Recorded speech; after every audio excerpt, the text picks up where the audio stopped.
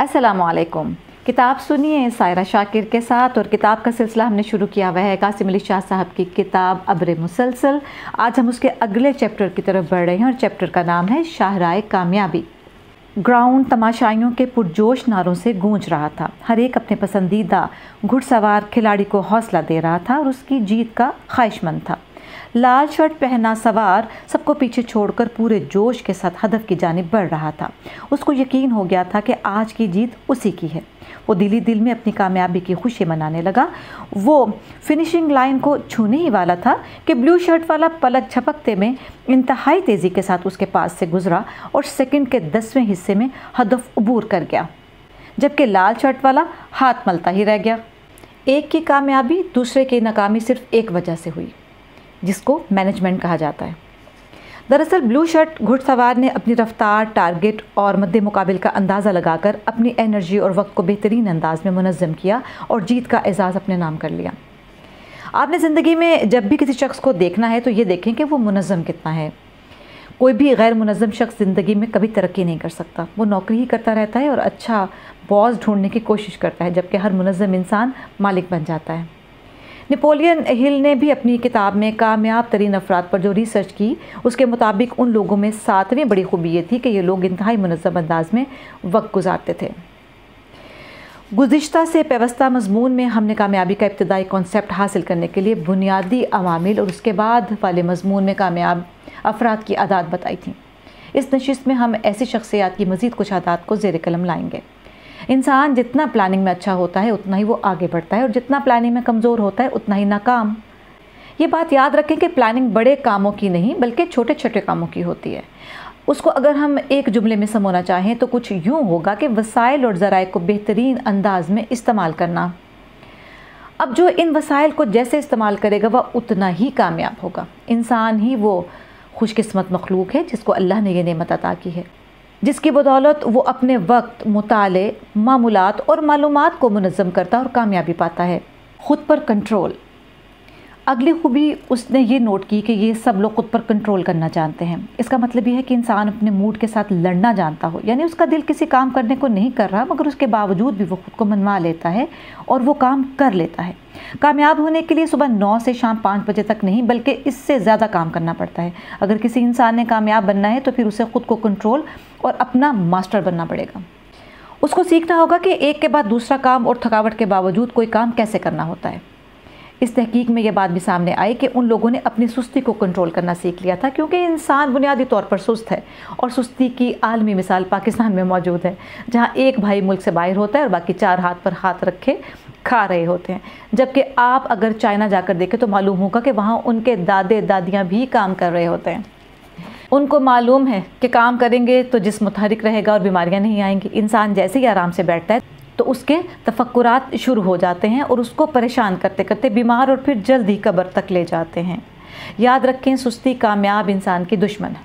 इस्तकामत। एक और खूबी उनमें इस्तकामत की थी। ये लोग अपने इरादों पर डटे रहते हैं क्योंकि इस्तकामत ही करामत है। और हदीस शरीफ में भी है कि अल्लाह के नज़दीक वो काम ज़्यादा पसंदीदा है जो इस्तकामत के साथ हो, अगरचे थोड़ा हो। इस्तकामत वाले इंसान के साथ अल्लाह की मदद होती है और यही मदद उसको किसी बड़े नतीजे तक पहुंचा देती है। Power of the mastermind. इस बात को मैं एक मिसाल से समझाने की कोशिश करता हूँ। कील को अगर पानी की सतह पर छोड़ दिया जाए तो वो डूब जाएगा, लेकिन अगर यही कील लकड़ी के तख्ते पर लग जाए और फिर पानी की सतह पर हो तो नहीं डूबेगा।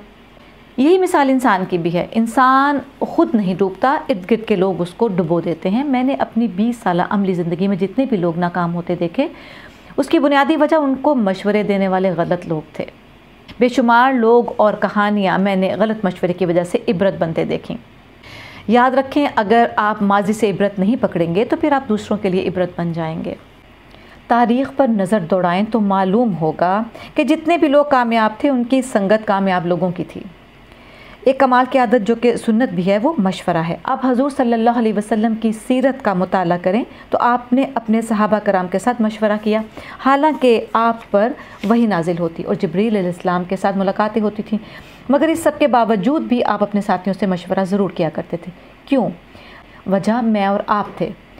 ताकि हमें सिखाएं कि ज़िंदगी में जब भी कोई अहम फैसला करना हो तो अपने एडवाइजरी बोर्ड से मशवरा ज़रूर करना है। इंसान उसी से मशवरा करता है जिसको वो अपनी नज़रों में मोतबर समझता है। अब अगर उसकी अक्ल कमज़ोर हो गई हो तो वो गलत लोगों को मोतबर समझेगा, जो कि असल में मोतबर नहीं होंगे।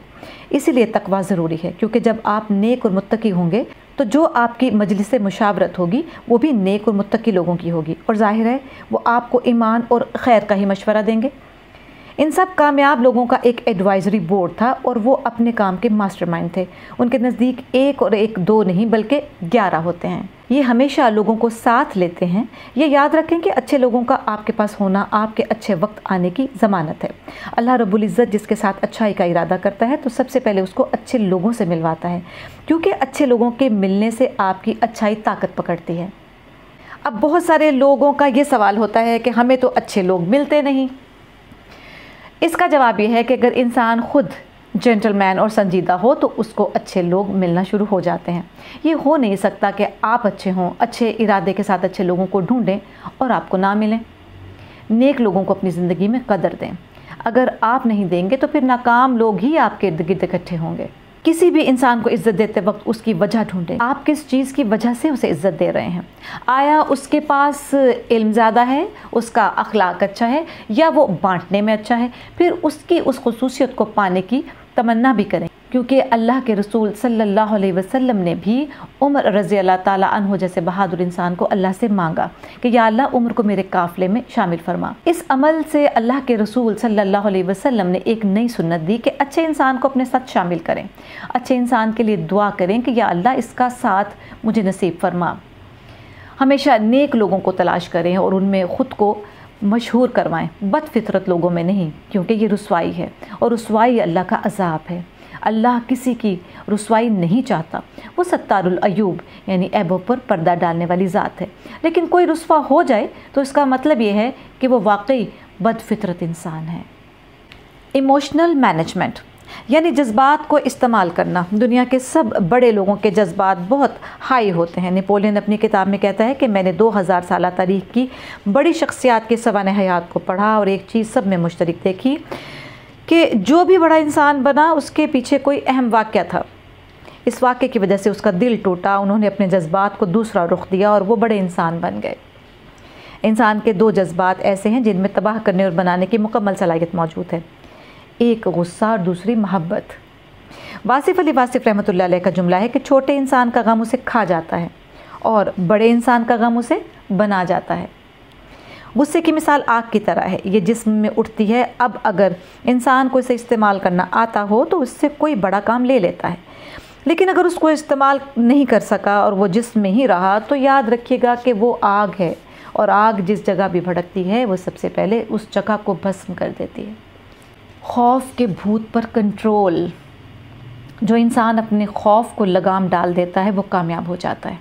नेपोलियन ने इन सब लोगों में जो चीज़ मुश्तरक पाई कि वो अपने खौफों को कंट्रोल करते हैं। उनको ये डर नहीं होता है कि मैं नाकाम हो गया तो लोग क्या कहेंगे वगैरह वगैरह। इंसान के अंदर पैदाइशी तौर पर सिर्फ 2-3 चीज़ों का खौफ होता है, बाकी जितने खौफ होते हैं वो खुद सीखता है। हम बाकायदा तौर पर खौफ पालने की तरबियत पाते हैं। हमने तमाम खौफों की डिग्री किसी यूनिवर्सिटी या कॉलेज से नहीं ली बल्कि मुआशरे से ली हुई है, और मुआशरे में हमें कहीं ना कहीं ये खौफ दिए जाते हैं। पैदाइशी खौफ के अलावा बाकी जितने भी खौफ हैं, अगर इंसान अपने अक्ल से जायज़ा लेकर देखे तो मालूम होगा कि कोई खौफ नहीं, सब धोखा है। कामयाब होने के लिए इंसान को ला खौफ होना पड़ता है। आप कामयाब हैं या नाकाम, लोगों को कोई फ़र्क नहीं पड़ने वाला, अलबत्ता आपको ज़रूर फ़र्क पड़ता है। दिन की फ़िक्रों और रात की परेशानियों से निकलें और बड़ी सोच सोचें। इस बात को देखें कि रोज़ कतरा कतरा करके ज़िंदगी क्या बन रही है। आगे किसी मुकाम पर एक ऐसी चीज़ पड़ी हुई है जिसका आज आपको शायद मुआवजा नहीं मिल रहा, लेकिन एक दिन ज़रूर मिलने वाला है।